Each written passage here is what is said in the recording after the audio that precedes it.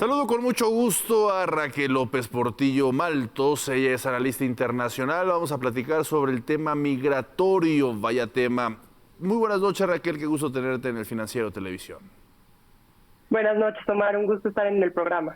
Vamos a tratar de armar este complejo rompecabezas. Para empezar, ¿cuáles son las afectaciones desde tu punto de vista para los migrantes a partir de esta transición de tanto que se ha hablado de lo que es el título 42 al título 8, Raquel?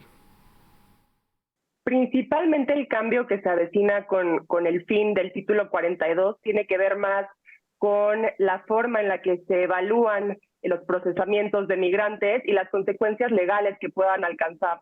Por un lado, a partir del título 42, sí veíamos estas deportaciones express, pero los migrantes podían volver a intentar cruzar la frontera sin ningún tipo de consecuencia inmediata en términos legales. Y ahora lo que estamos viendo con el título 8 y con esta nueva implementación que además se agrega que si intentan cruzar ilegalmente sin haber solicitado permiso o vías legales a través de otros de los países por los que van en tránsito los migrantes, podrían alcanzar pues sanciones penales o administrativas, además de que se les prohibiría durante 5 años poder volver a intentar cruzar la frontera. Entonces vemos que son esas dos principales diferencias entre el título 42 y el título 8, además que obviamente hay un componente muy fuerte de disuasión para concentrarse únicamente en las citas que se logren concretar para materia de asilo político o permisos legales de trabajo, pero no simplemente poder migrar por vías legales si se sustenta eso en la situación económica o de violencia generalizada, por ejemplo.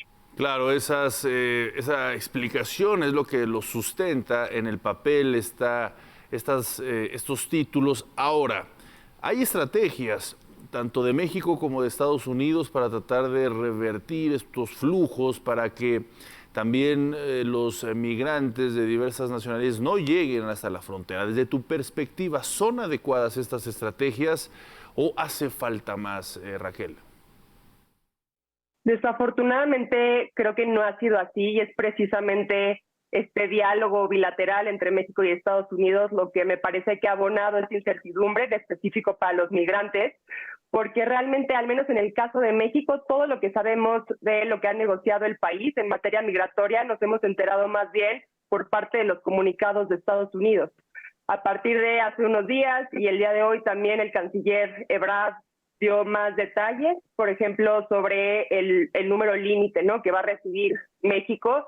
También habló de que no están de acuerdo con el título 8, ni con el título 42, ni con esta idea de poder formar parte de un tercer país seguro, aunque lo somos de facto y sin los recursos necesarios para operar de esta forma.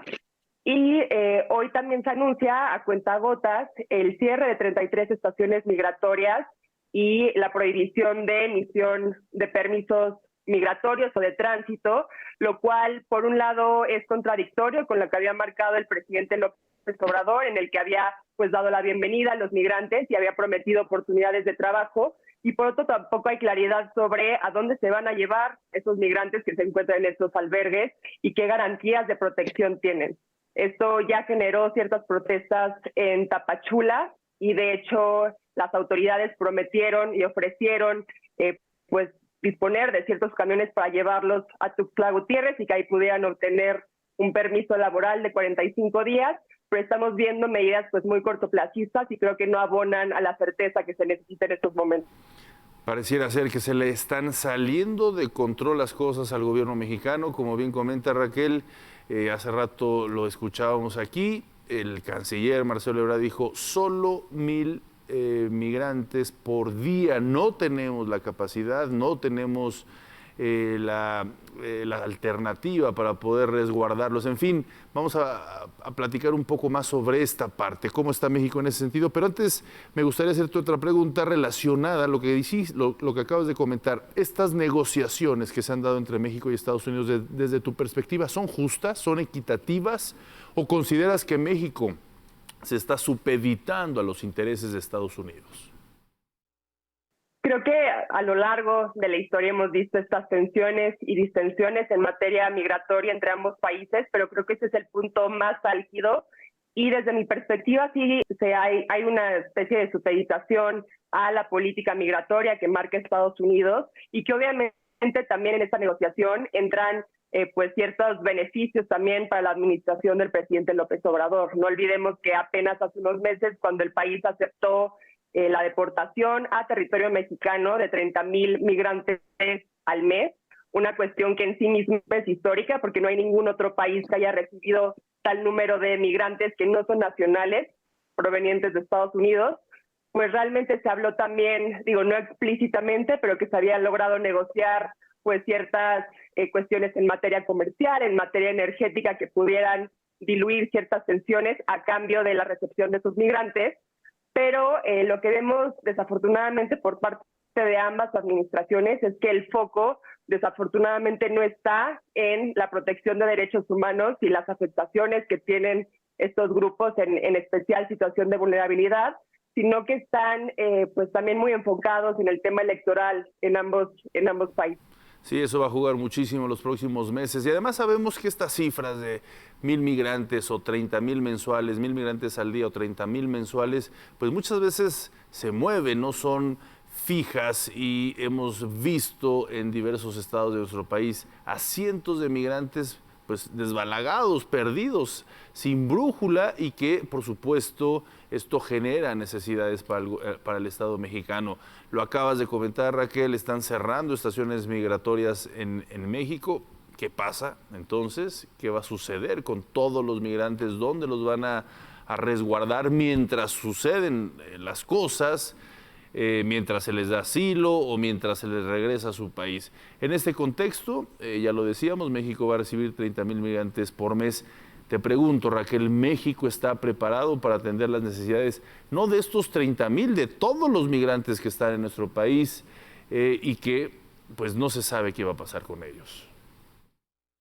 Creo que esto se puede responder por dos lecturas. Por una parte, en tema de recursos materiales y recursos humanos, estamos hablando de que además de ya los cientos de miles de migrantes que ya se encuentran en la frontera y que ya están en esos albergues, pues la capacidad está rebasada, tanto de las autoridades mexicanas como las de los estados fronterizos de Estados Unidos también. Entonces, digamos, no hay respuesta de cómo se va a encargar de gestionar pues la atención que se le tiene que dar a estas personas, y por un lado ponen a los gobiernos de los estados en una posición muy difícil si tampoco hay la disposición de fondos federales para resolver este problema.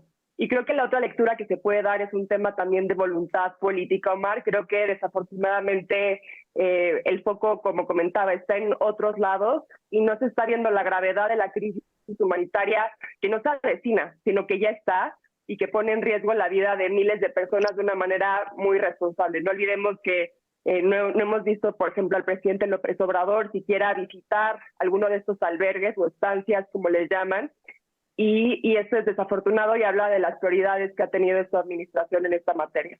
Dijiste dos puntos fundamentales: no hay recursos suficientes y tampoco, al parecer, hay voluntad política. Por cierto, Raquel, ¿y el migrante mexicano que también lamentablemente está buscando cruzar el río Bravo de forma ilegal con los coyotes? Muchos hablan de los haitianos, de los centroamericanos, de los venezolanos. ¿Qué está pasando con el migrante mexicano?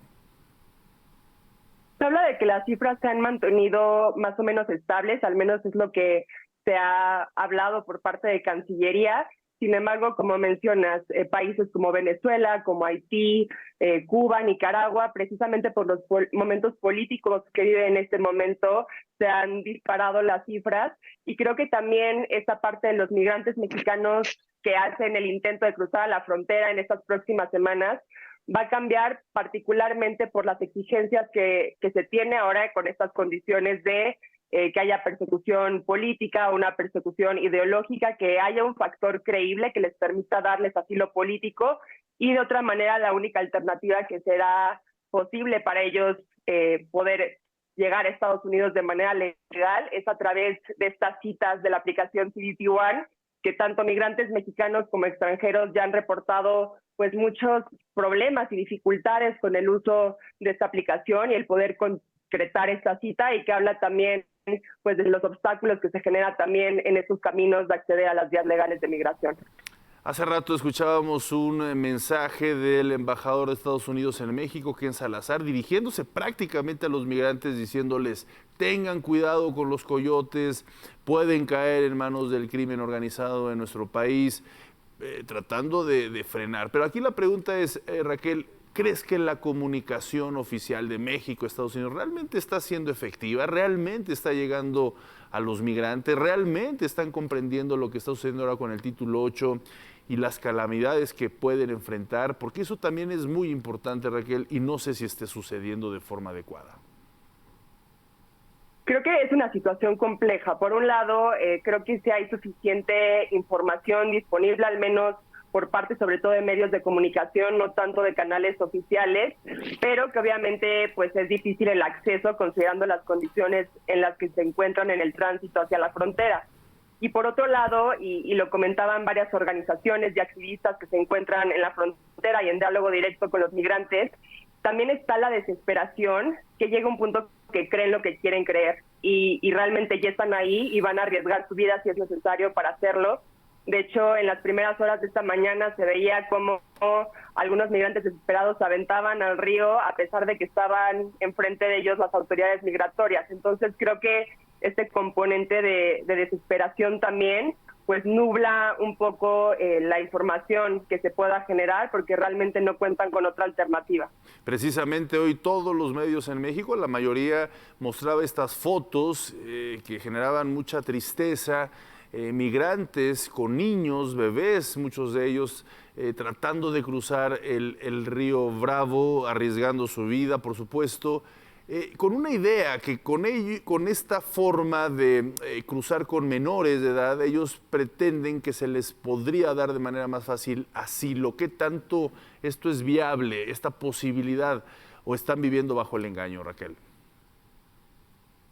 Creo que precisamente falta también generar mayor claridad sobre la distinción, obviamente, entre las vías de migración y la categoría de asilo como tal, porque como mencionaba, tienen que probar una serie de condiciones que van más allá de la violencia generalizada o del deterioro de la situación económica en ciertos países, sino que tienen que cumplir con ciertos requisitos muy específicos y además con la imposición del Título 8 nuevamente, realmente también van a recrudecer las medidas en las que los agentes de migración llevan este proceso para demostrar el factor de credibilidad que tengan de estar siendo perseguidos de esta forma y que realmente puedan otorgarles ese permiso. Y lo otro hay que decir es que son procesos muy largos y creo que tampoco se ha detallado de qué manera van a estar los migrantes esperando, ya sea por del lado del territorio mexicano, del lado estadounidense, pero son procesos que pueden llevar desde meses hasta 6 años.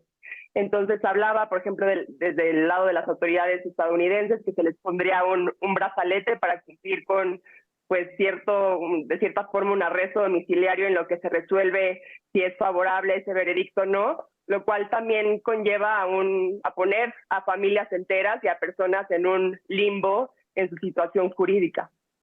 Es mucho por analizar todavía, estimada Raquel. Te agradezco mucho este análisis, estas palabras aquí en el Financiero Televisión. Muchas gracias, buenas noches. Gracias a ti, Omar. Saludos a ti y a tu auditorio. Hasta luego, un fuerte abrazo. Pues seguiremos analizando.